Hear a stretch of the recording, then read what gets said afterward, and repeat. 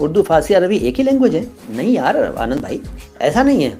फारसी अरबी अलग अलग हैं। फारसी ईरान की भाषा है और अरबी अरब की भाषा है, और उर्दू हमारे देश भारत की भाषा है, शुद्ध भारतीय भाषा है उर्दू। यहीं जन्मी है, यहीं पली बढ़ी है, 100% भारतीय भाषा है उर्दू। कोई भले इसको अपनी राष्ट्रभाषा बना ले, लेकिन है ये हमारी भाषा, हम भारतीयों की भाषा है। समझे साहब, उर्दू हमारी भाषा है, हम सभी भारतीयों की। और यही हिंदी है, यही उर्दू है। स्क्रिप्ट का फ़र्क है, शब्दों के इस्तेमाल का फ़र्क है, और सोच का थोड़ा सा फ़र्क है, और कोई फ़र्क नहीं है।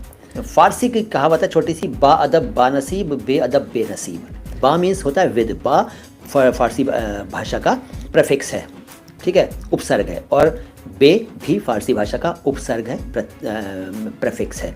और बा का मतलब होता है विद, और बे का मतलब होता है विदाउट। बा अदब बा नसीब, यानी जो बा अदब है, जिसके पास अदब है, जो सम्मान दूसरों का करना जानता है, दूसरों को इज्जत देना जानता है, वो बानसीब होगा, यानी उसका नसीब अच्छा होगा, उज्ज्वल भविष्य होगा। और जो बेअदब है, बदतमीज़ है, दूसरों से बदतमीज़ी करता है, दूसरों की इंसल्ट करता है, उन्हें नीचा दिखाने की कोशिश करता है, उनको जलील करने की कोशिश करता है, वो बेअदब है और उसका नसीब ख़राब होगा।